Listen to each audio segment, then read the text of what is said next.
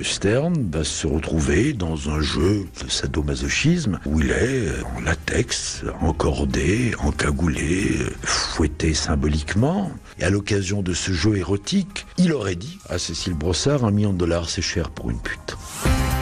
Bonsoir. L'amour et la mort, le sexe, le pouvoir et l'argent. Autant d'ingrédients qui composent l'histoire que nous allons raconter ce soir. Celle du meurtre du banquier Edward Stern à Genève au mois de février 2005. Tué dans une combinaison de latex, les mains entravées alors qu'il s'adonnait à un jeu érotique extrême. Sa meurtrière sera finalement identifiée sous les traits de sa maîtresse, une Française, la blonde Cécile Brossard. Mais ce qui aurait pu alors se traduire par la tragique conclusion d'une séance sadomasochiste a suscité mystère, interrogation, interprétation. Tout d'abord au regard de la personnalité de la victime. En ce début des années 2000, Edward Stern est l'un des financiers les plus influents de la planète, ami des puissants, craint et respecté. Ensuite, parce que l'enquête va faire apparaître une étonnante romance criminelle où le sexe est omniprésent, obsédant, mais où l'argent a peut-être aussi servi de détonateur. 15 ans après les faits, malgré l'enquête policière, malgré un procès à grand spectacle, l'affaire Stern demeure toujours l'une des plus énigmatiques de la chronique criminelle. Ce sont ces méandres autour du lac Léman que nous allons ce soir explorer avec nos invités. 20h, 21h, Jean-Alphonse Richard sur RTL. L'heure du crime. Ce soir, dans l'heure du crime, l'affaire Edward Stern, ce banquier célébrité du monde de la finance, s'est retrouvé sans vie chez lui à Genève à la fin de l'hiver 2005, tué au terme d'un scénario tout aussi incompréhensible qu'hallucinant. Ce 1er mars 2005, en début d'après-midi, 3 hommes, des collaborateurs d'Edward Stern et une femme de ménage sont devant la porte close d'un appartement au 5e étage du numéro 17 de la rue Adrien Lachenal, quartier des Eaux Vives à Genève. C'est le pied-à-terre du financier. Ses bureaux sont tout à côté, dans un building de marbre et de verre de 8 étages qui abrite sa myriade de sociétés. Un petit empire qui œuvre dans les placements immobiliers, les conseils boursiers et qui brasse des centaines de millions de dollars. Edward Stern devait assister dans la matinée à une réunion de travail. Il ne s'y est pas présenté, pas vraiment dans ses habitudes, lui qui régente ses affaires d'une main de fer. Son avocat parisien, maître Karim Bellouni, dit lui avoir parlé la dernière fois le 28 février au financier, mais quand il a essayé de le joindre dans la soirée vers 21h30, son portable ne répondait plus, impossible de lui laisser un message. Avec son passe, la femme de ménage ouvre la porte de l'appartement qui dévoile aussitôt un effrayant décor. Presque au milieu de la pièce principale, un homme est écroulé sur le sol près d'une chaise. Son corps est entièrement revêtu d'une combinaison de latex couleur chair. La tête est cagoulée, les pieds et les mains sont attachés avec des liens, des cordes qui se sont défaites dans la chute. Il est mort. Quand sa cagoule sera enlevée, il sera confirmé qu'il s'agit bien du propriétaire des lieux, Edward Stern, 50 ans. La scène de crime ne laisse guère de place au doute. Le banquier a été tué lors d'un jeu sexuel entre amateurs de bondage, technique qui consiste à se faire attaquer, attacher, dans le but de décupler les sensations fortes. À moins que tout ceci, pourquoi pas, ne soit qu'une mise en scène pour brouiller les pistes d'un assassinat. Où les tueurs n'ont laissé aucune chance à la victime. L'autopsie montre que le banquier a été touché par une première balle sur le côté droit du nez qui a traversé le palais et touché une vertèbre cervicale, un deuxième projectile en pleine poitrine, un troisième dans le côté gauche, un dernier dans la tempe droite. C'est une arme de calibre 9 mm qui a été utilisée et elle est introuvable. Même si tous les détails scabreux et scandaleux ne sont pas encore divulgués, la nouvelle de la mort du banquier Stern se répand aussitôt. Son nom est connu sur toute la planète financière. Edward Stern avait un gigantesque carnet d'adresses, avait accès à presque tous les grands de ce monde. Malgré son entre-gens, il était loin de n'avoir que des amis. Selon certains témoignages, il se serait senti menacé ces dernières semaines. Il avait fait de nombreux voyages en Russie, pays où il avait des intérêts financiers et où il avait soutenu le général Lebed, un candidat au Kremlin. Edward Stern aurait gêné la mafia russe. Cette piste est tout de suite examinée. Et si la clé de ce meurtre ou de cet assassinat se cachait dans les affaires du banquier suisse? Bonsoir Arnaud Beda. Bonsoir. Vous êtes en direct ce soir dans l'heure du crime depuis la Suisse. Vous êtes reporter au journal suisse L'Illustré. Vous avez suivi cette affaire, vous la connaissez parfaitement. Vous avez même consacré un chapitre sur Edward Stern dans le livre True Crime aux éditions Ring. Que peut-on dire, Arnaud Béda, de cette scène de crime? Ce qui saute aux yeux, si je puis dire, c'est qu'on n'a laissé aucune chance à la victime. Oui, c'est que la victime était entravée, n'avait aucune chance d'en réchapper. Et puis, évidemment, la porte était fermée. Donc, il y avait quelqu'un qui était rentré et qui en était sorti, fermant soigneusement la porte derrière elle. Et évidemment, je me souviens très très bien du 1er mars 2005 au soir. J'étais à Genève. Et c'était vraiment la stupeur, vraiment tout le monde était stupéfait d'apprendre la mort du banquier Stern, qui n'était pas très connu des Genevois, il faut bien le dire, mais d'un certain milieu médiatique et financier. Oui, c'est une personnalité poids lourd du monde de la finance. Est-ce que vous pouvez nous en dire un petit peu plus sur sa vie à Genève? C'est quelqu'un d'extrêmement discret, Edward Stern. Vous dites qu'il n'est pas connu du grand public, c'est vrai. On le voit très peu. Qu'est-ce qu'il pèse sur la place de Genève, Edward Stern? Alors, il était évidemment un personnage important de la finance à Genève. Je me souviens très très bien de l'enquête de proximité qu'on avait faite à l'époque. Il allait notamment manger dans un restaurant tout près de ses bureaux qui s'appelait le Jeu de l'Arc, où il allait très très régulièrement, toujours une table discrète à l'entrée à droite. Il ne se faisait vraiment pas remarquer. Il ne fréquentait pas non plus les soirées mondaines, les soirées de charité. C'était quelqu'un qui vivait quand même de manière très très effacée. Très effacée. Alors, je l'ai évoqué. Il y a cette première piste qui surgit comme ça dans l'enquête. C'est la piste effectivement d'un règlement de compte sur un fond d'histoire financière, et c'est la piste russe. Est-ce que les policiers vont travailler, le juge va travailler tout de suite sur cette piste ? Oh, il faut bien le dire aujourd'hui que les policiers comprennent assez vite dans quelle direction il faut chercher, mais évidemment les premières heures, la journée du 1er mars, quand on découvre le corps du banquier Stern enserré dans sa tenue de latex, sans être sûr absolument, tant qu'on n'a pas enlevé la cagoule, que c'est bien lui, eh bien évidemment toutes sortes d'hypothèses et de théories sont échafaudées, notamment celle du règlement de compte. On parle de mafia russe, on parle d'intérêts évidemment occultes dans le monde de la finance. Peut-être, on ne sait pas. Tout circule un peu. C'est j'ai envie de dire les 48 premières heures. Oui, on parle aussi de paradis fiscaux, etc. De scandales qui pourraient affleurer comme ça, de scandales évidemment financiers. On sait de toute façon à ce moment-là que Edward Stern, c'est pas quelqu'un de facile. Il a une réputation très dure. Il a pu avoir des ennemis, des gens qui lui en voulaient. D'ailleurs, il a dit même à Claude Guéant, qui à l'époque est un proche de Nicolas Sarkozy, il a dit à Claude Guéant, quelques semaines avant de mourir, qu'il était menacé. Oui, alors il l'a dit effectivement, notamment à Claude Guéant, je crois encore à d'autres. Est-ce que cela était vrai? Est-ce que cela fait partie aussi un peu du fantasme? Vous savez, il est toujours bien de dire qu'on a été menacé, surtout quand on est un personnage important. Concernant le caractère d'Edward Stern, et même Maître Bonan, qui était l'avocat de la famille Stern, a reconnu que Stern n'était pas du tout un homme bienveillant, que c'était un fichu caractère, que c'était un personnage très entier, très attaché à son pouvoir, pas forcément très fréquentable, il faut bien le dire. La piste financière, peut-être, mais une autre va rapidement se dessiner, celle d'une visiteuse d'Edward Stern, une jeune femme dont les caméras de surveillance de l'immeuble ont filmé la sortie du garage à 21h17, un créneau correspondant à celui de l'heure du crime, au volant d'une Mini Cooper. Il s'agit de sa maîtresse, Cécile Brossard, 36 ans. Cécile Brossard n'est pas accusée d'avoir tué Edward Stern, même pas considérée comme suspecte et encore moins recherchée. Elle seule, pourtant, sait qu'elle est l'auteur du meurtre perpétré le 28 février au soir. Après le crime, alors que son nom n'a jamais été cité, elle s'est lancée dans un périple qui défie l'imagination. Tout d'abord, elle a jeté l'arme, un Smith & Wesson 9 mm appartenant à son amant Edward Stern dans le lac Léman. Puis elle est rentrée chez elle à Clarens, près de Montreux, retrouver son mari, un naturopathe. Une dispute a éclaté. Affolée et désorientée, elle a alors décidé de s'enfuir le plus loin possible. Elle a tenté de prendre un train pour Milan, mais s'est trompée de convoi, est descendue dans une petite gare, a pris un taxi pour rattraper l'express Genève-Milan, en vain.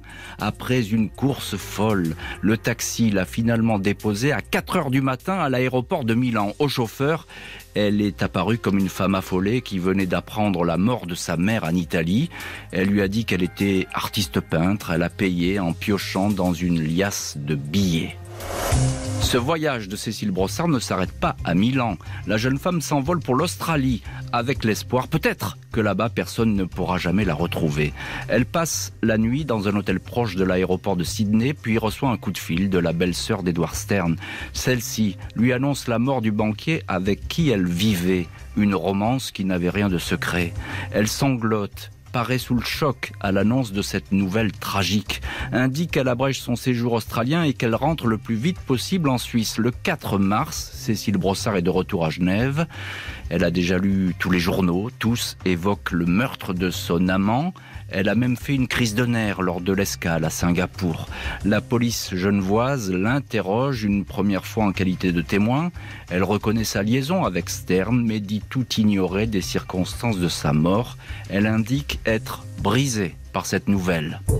Les jours vont ainsi se dérouler sans que Cécile Brossard ne fasse aucun aveu, aucune confidence susceptible de la désigner comme l'auteur du crime. Tout au contraire, elle a tout d'une maîtresse et pleurait à une de ses amies. Elle dit que si ce soir-là elle avait été présente, elle aurait servi de bouclier à son amant. Cécile Brossard est une jeune femme fragile, mais crédible. Elle a certes partagé l'amour que portait Edward Stern aux armes. Elle a chassé avec lui le gros gibier en Afrique. Il avait plusieurs pistolets dans son appartement de la rue Adrien-Lachenal. Mais de là à tuer de sang-froid, il y a un pas qu'elle n'a pas pu franchir. Bonsoir, maître Alec Raymond. Bonsoir.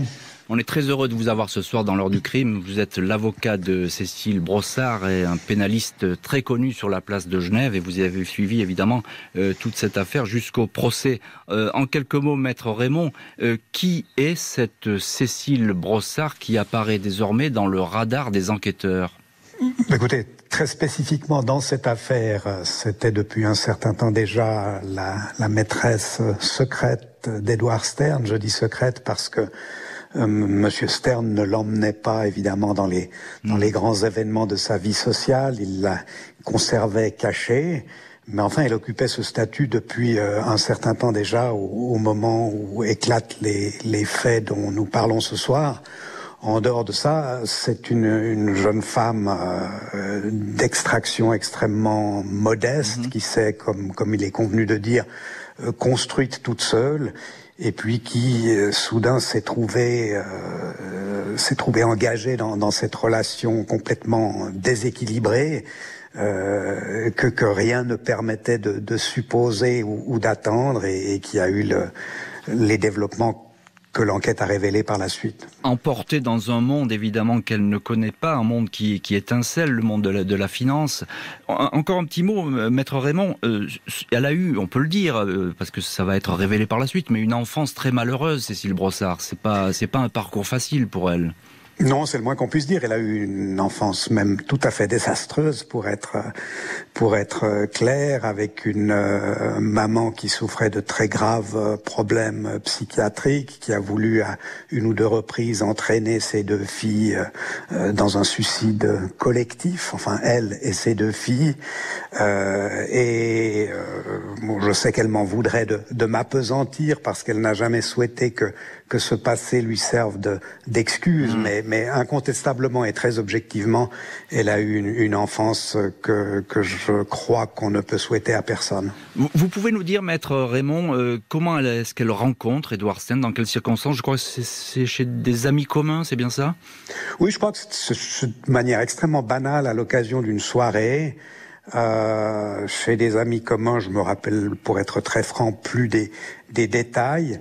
L'étincelle ne jaillit pas immédiatement, comme souvent dans ce genre de circonstances, mais on finit par se reparler, on finit par se revoir, et puis se noue alors une passion extraordinairement spectaculaire qui se terminera comme on sait. Arnaud Béda, vous êtes également ce soir notre invité dans l'heure du crime, reporter au journal suisse L'Illustré. Vous êtes en ligne depuis Genève. Qu'est-ce qu'on peut dire de cette liaison qui commence et qui va se développer entre Cécile Brossard et Edward Stern, une liaison sur fond exclusivement de sexe, on peut le dire, c'est ça Oui, c'est une liaison d'amour et de haine. Certains ont parlé d'un tango mortel. C'est les fantasmes de l'un qui doivent être assouvis par l'autre, les fantasmes de l'une. Enfin, vous voyez, c'est tout un mélange de perversions qui s'enchevêtrent. C'est une relation évidemment aussi entre dominant et dominé. Tout cela est très est vécu de manière très très vive des deux côtés. Et je crois que Cécile Brossard dit encore aujourd'hui qu'elle aime Edward Stern. Oui, en tout cas, c'est ce qu'elle disait dès qu'elle a quitté la prison. On y reviendra évidemment tout à l'heure dans l'heure du crime. Maître Alec Raymond, c'est une relation presque de maître à esclave. C'est une relation assez malsaine finalement entre ces deux personnages. Alors c'est une relation qui a des aspects malsains. En revanche, il serait tout à fait réducteur et très injuste de la réduire à une sorte de relation purement perverse et sexuelle.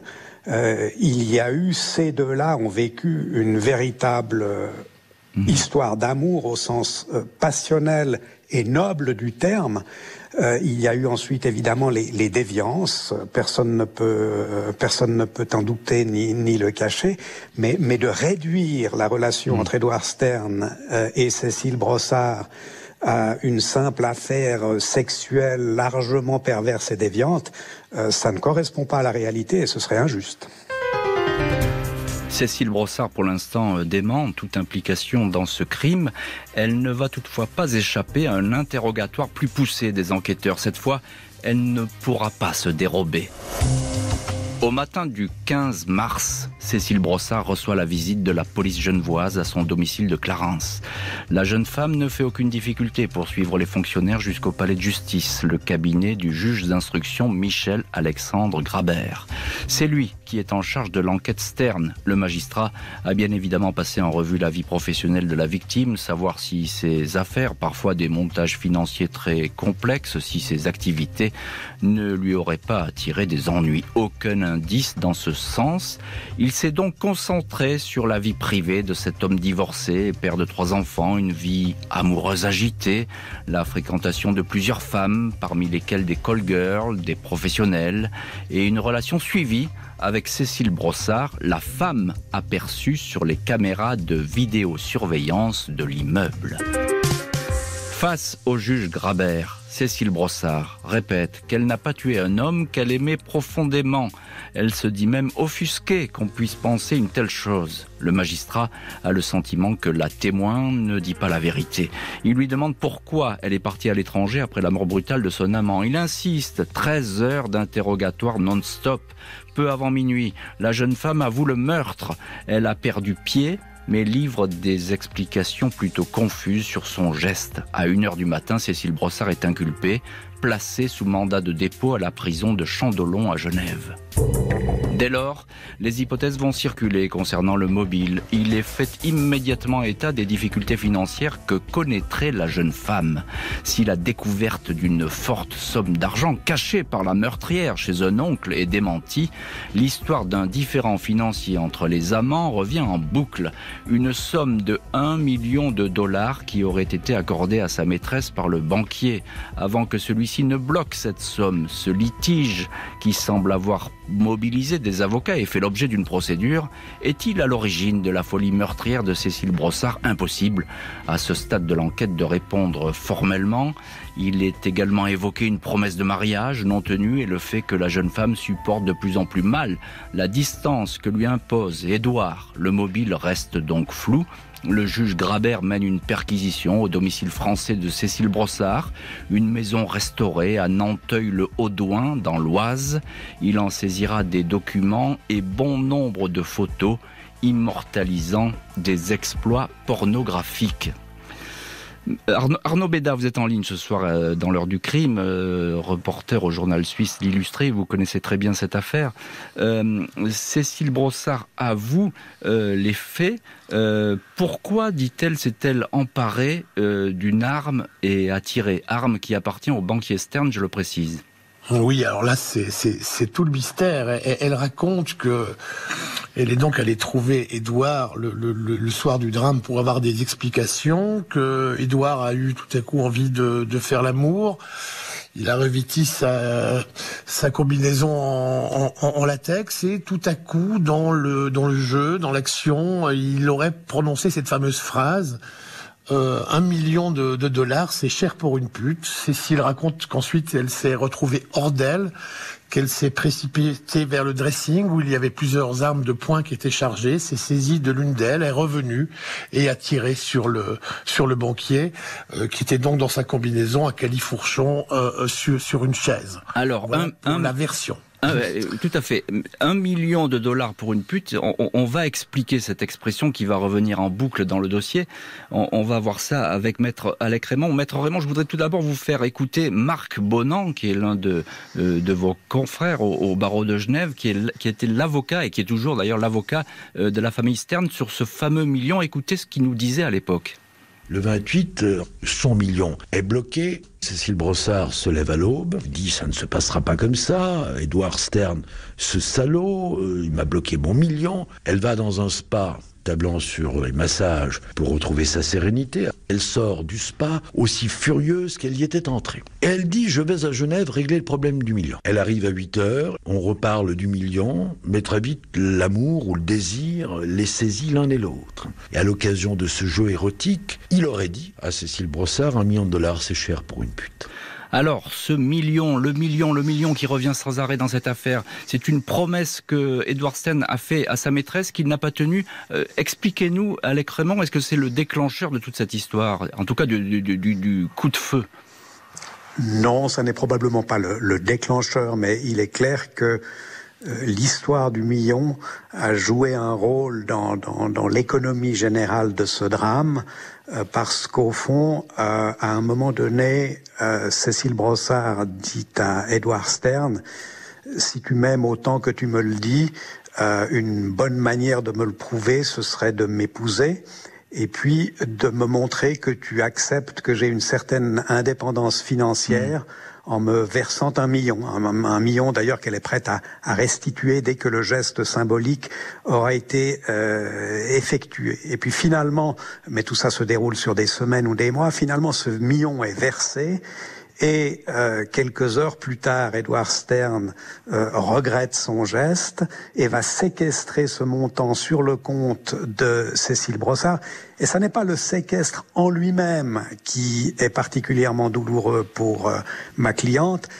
C'est les motifs que les avocats qui déposent cette requête utilisent à l'appui de cette demande, parce qu'au fond, Édouard Stern, de manière alors totalement mensongère, affirme devant les tribunaux du canton de Vaud que Cécile Brossard lui a ni plus ni moins volé cet argent, ce qui est évidemment assez insupportable pour l'intéressé. Alors bien sûr, on voit bien que les deux amants sont en guerre, en tout cas sur ce point financier, même si vous dites que c'est pas le déclencheur, ça n'a pas été tout à fait l'avis de Maître Bonan à l'époque dans ce dossier, mais enfin on va pas refaire l'histoire de vos désaccords, ça c'est autre chose.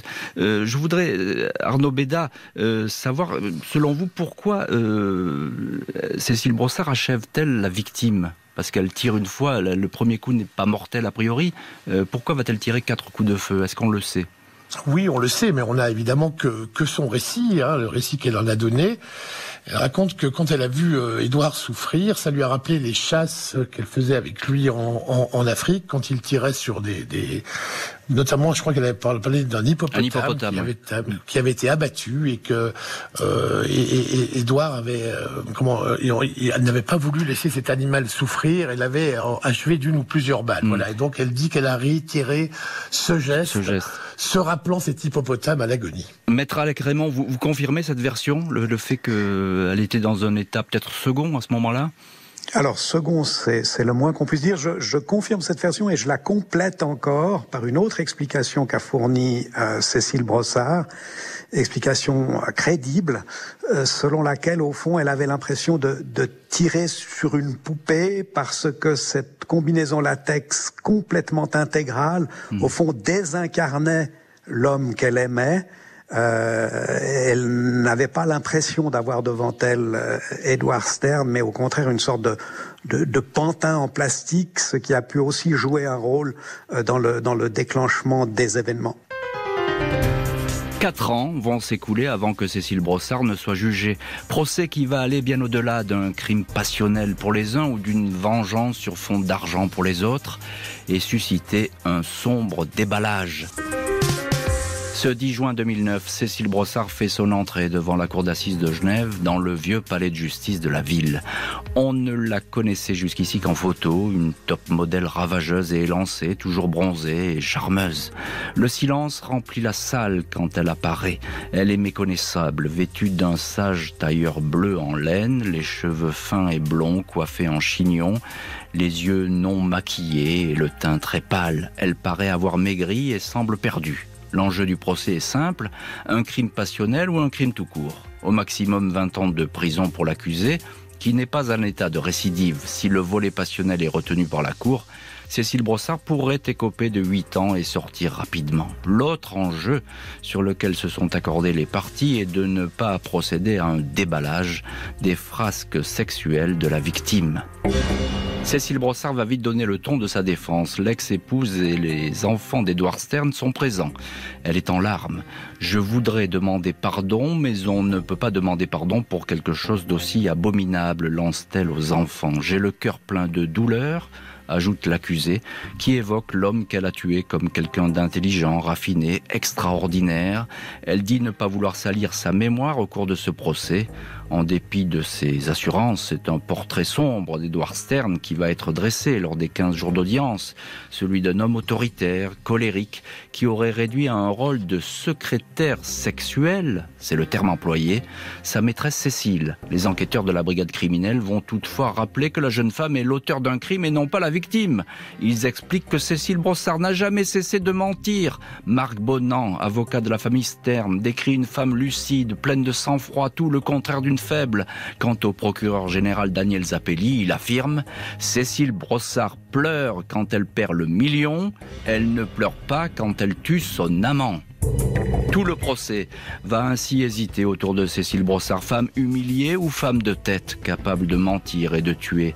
L'expert psychiatrique Jacques Gasser, moqué par la défense de la famille Stern, parle d'une personnalité borderline, limite, avec un QI de 80, la limite inférieure de la norme. Le professeur Gasser affirme que Cécile Brossard est consciente d'avoir tué Édouard Stern, a le sentiment de continuer à vivre avec lui.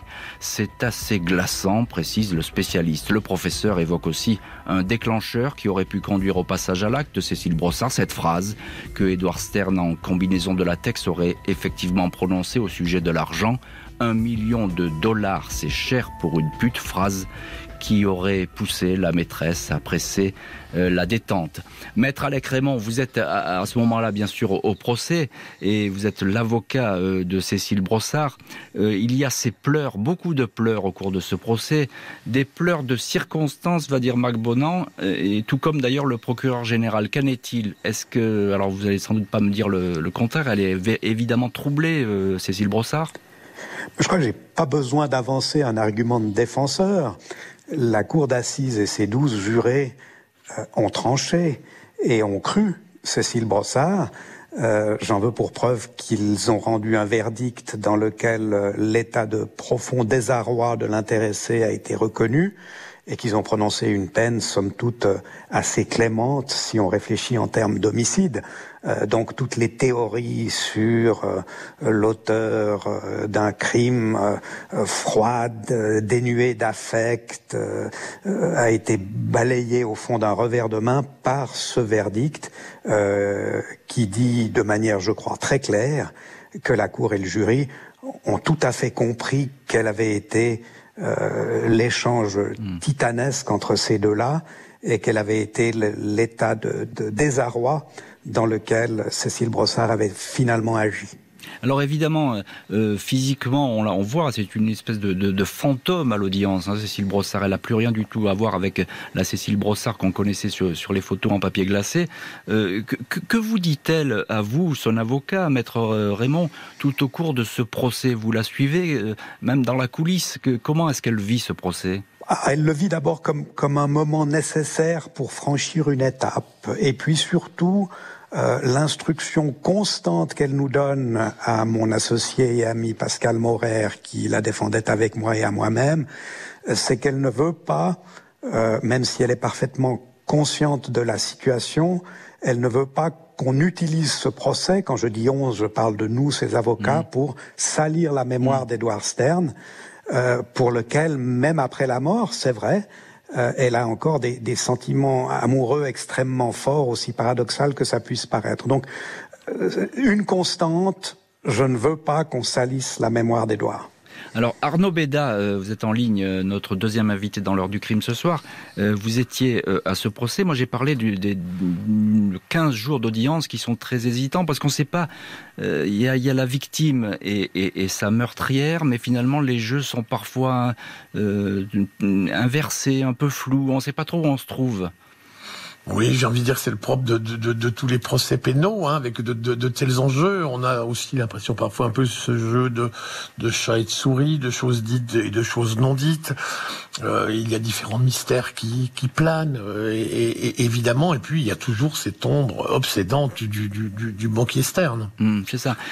Donnez-nous, quel a été, il y a eu un tournant dans ce procès, un moment fort d'audience selon vous? Alors, un moment fort, c'est quand cet ami qui a un petit maçon de Nanteuil-le-Haudouin, Monsieur Roussel, est venu témoigner à la barre et raconter Cécile, et raconter les harcèlements d'Édouard, et raconter ce qu'il avait vu, ce qu'il avait entendu, et ce qui a donné lieu, c'était le bon sens terrien, un peu la France d'en bas qui entrait dans ce prétoire, dans la vie d'un riche et des riches, et c'était un moment très très fort du procès. Je ne veux pas dire le tournant, mais c'était un moment particulièrement fort.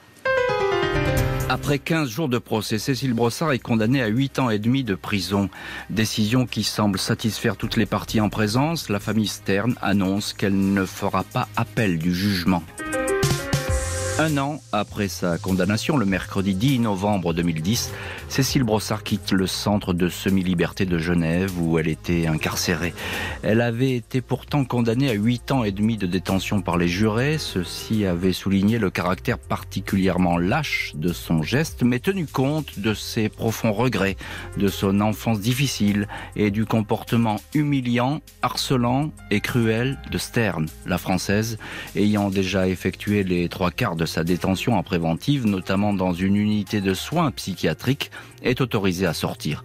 Elle est toutefois déclarée indésirable en Suisse pour une durée de 10 ans. Elle quitte donc la Confédération en compagnie de sa sœur Delphine, venue la chercher. Cécile Brossard va s'installer chez elle, en région parisienne, puis en Meurthe-et-Moselle, chez son père. Depuis sa sortie, Cécile Brossard ne s'est plus jamais manifestée. Elle a vendu sa maison de Nanteuil-le-Haudouin, dans l'Oise, là où elle recevait Edward Stern, là où également elle avait son atelier de sculpture et de peinture. Elle n'aurait jamais repris son activité d'artiste. La maîtresse d'Edward Stern serait, selon ses proches, détruite par un remords permanent, incapable de chasser cette tragédie de son esprit. Maître Alec Raymond, l'un de nos invités ce soir dans l'heure du crime, est en ligne depuis Genève. Vous êtes l'avocat de Cécile Brossard. Question extrêmement simple, que devient Cécile Brossard ? Alors vous imaginez bien que si, comme vous venez de l'indiquer, elle s'est fait oublier ces dernières années, il n'appartient pas à son avocat de la faire revenir sur le devant de la scène. Ce que je peux vous dire, c'est que si elle éprouve aujourd'hui encore un très fort remords à raison des actes pour lesquels elle a été condamnée, elle n'est pas du tout détruite. Elle a, au contraire, réussi à reconstruire une vie, oui. Et puis, vous indiquiez tout à l'heure aussi qu'elle avait quitté ses activités d'artiste. Ça n'est pas tout à fait juste. Alors, dites-moi, elle continue à peindre, c'est ça, hein, c'était sa grande passion. Et elle avait même exposé à Genève à une époque, hein. Oui, elle continue à peindre, elle continue à sculpter, et je crois qu'elle a réussi à se reconstruire une vie dans laquelle elle se réalise et dans laquelle elle est heureuse, même si évidemment on ne vit pas complètement confortablement avec le souvenir du crime à raison duquel elle a été condamnée. Alors bien sûr, et d'ailleurs, ce souvenir du crime, on a dit qu'à sa sortie de prison, et puis les experts l'avaient rappelé lors du procès, les experts psychiatriques, on disait qu'elle vivait finalement avec Edward Stern, qu'elle n'arrivait pas à se débarrasser de cette image. C'est toujours le cas aujourd'hui, c'est toujours vrai, ou bien il y a une thérapie qui a été engagée là-dessus ? Je crois que c'est toujours vrai. Donc il y a toujours cette image, au-delà du meurtre d'ailleurs, mais de cette histoire passionnelle qu'elle a vécue, qu'elle continue sans doute à se représenter, c'est bien ça ? Je crois que c'est même beaucoup plus fort qu'une image ou qu'un souvenir. C'est au fond le sentiment quotidien et peut-être permanent de vivre encore aujourd'hui aux côtés de celui auquel on a pourtant ôté la vie, mais qui reste celui qu'on a tant aimé. Oui, donc c'est vraiment le crime passionnel dans toute sa splendeur, si je puis dire. Arnaud Béda, reporter au journal suisse L'Illustré, est-ce que tout a été dit dans cette affaire ? L'enquête a été relativement rapide comparée aux enquêtes françaises qui sont parfois un peu plus longues. Beaucoup de choses ont été étudiées par la brigade criminelle de Genève, par le juge également. Est-ce que tout a été dit ? Oui, je crois que le principal a été dit. Il reste de l'ordre de détails, des petites choses qui n'ont pas été évoquées au procès pour différentes raisons. Mais il faut bien dire que je crois que l'essentiel de toute cette histoire tragique a été parfaitement raconté, parfaitement développé au procès. J'ai rappelé tout à l'heure que la famille d'Edward Stern était là, son épouse divorcée était là avec les enfants. Il y a eu, je crois, une journée ou une matinée à huis clos avec la famille, c'est bien ça ? Oui, à huis clos pour le fils et la fille d'Edward Stern, et public avec l'épouse, enfin l'épouse d'Edward Stern, qui était un moment évidemment assez fort. Parce que Madame Stern, malgré toutes les évasions de son mari, restait très attachée à lui et très attachée à son personnage. 8 ans et demi de prison, je l'ai dit, pour Cécile Brossard. C'est pas forcément une peine énorme qui a été prononcée par les jurés, qui ont, je l'ai dit, retenu un petit peu son enfance malheureuse, etc. Et le rôle joué par Edward Stern. Pourquoi, selon vous, la famille Stern n'a pas fait appel de ce jugement ? Je crois qu'il y avait un désir de ne plus parler de tout ça, de tourner la page. Je pense que la famille s'est rendue compte aussi des qualités et des défauts d'Edouard, que cette histoire n'est pas toute simple, n'est pas d'une seule pièce, elle fait aussi de toutes sortes de nuances de gris, sans mauvais jeu de mots, et je crois que tout le monde avait envie un peu d'en finir, et que la justice est passée, qu'un appel n'aurait peut-être pas apporté grand-chose non plus. Alors je vous pose la question, puis je la poserai également tout de suite à Maître Alec Raymond. En quoi, Arnaud Béda, cette affaire, vous qui connaissez bien le monde de la justice, les procès, les enquêtes, en quoi cette affaire est exceptionnelle selon vous ? Elle est exceptionnelle parce qu'elle a tous les ingrédients. Elle est aussi révélatrice de plein de choses de nous-mêmes, de deux mondes différents, antagonistes, les riches, les pauvres. Enfin, il y a tous les ingrédients qui font ce qu'on appelle une bonne histoire. C'est un conte moderne parce qu'il y a tout. Il y a le sexe, l'argent, le pouvoir. Oui, il y a les riches et les pauvres. Hein. Il y a aussi deux mondes antagonistes qui se rencontrent. Il y a tout ce jeu mortel, cette escalade, etc. Donc oui, je crois qu'il y a vraiment tous les ingrédients et qui éclairent aussi sur une partie de nous-mêmes, sur une partie de la société. Maître Alec Raymond, évidemment, vous étiez satisfait de ce jugement de la cour d'assises de Genève. Je vous pose également la question. Vous, alors qui avez vraiment suivi beaucoup de procès, qui connaissez la cour d'assises, les enquêtes, etc., c'est une affaire qui vous a marqué profondément, cette histoire Stern ? Oui, nécessairement. J'entends c'est une affaire comme un pénaliste n'en croise que quelques-unes dans sa carrière. Et Monsieur Beda a raison de dire qu'elle réunissait au fond tous les ingrédients de la grande comédie humaine dans son sens le plus large. À cela s'ajoute qu'elle a reçu un suivi médiatique absolument sidérant, qu'elle a alimenté des fantasmes à chaque étape de la procédure. C'était très complexe en termes de relations humaines.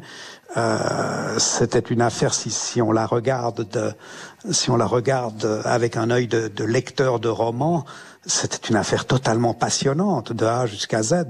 Si on oublie évidemment la tragédie au bout du chemin, qui était malheureusement entre guillemets pour de vrai. Le roman moderne du sexe et de la mort, c'est ça, hein ? Eros Thanatos, comme on dit le plus souvent. Oui, c'était bien autour de ces thèmes-là que toute cette histoire tournait. Merci beaucoup, maître Alec Raymond et Arnaud Beda, d'avoir été ce soir en ligne depuis la Suisse, nos invités dans l'heure du crime consacrée au meurtre d'Edward Stern et à la dérive de sa meurtrière, Cécile Brossard, l'amour et la mort. Merci à Justine Vignot, Marie Bossard d'avoir préparé cette émission, Marc Bisset de l'avoir réalisée. Un immense merci à vous toutes et tous d'avoir partagé cette heure du crime.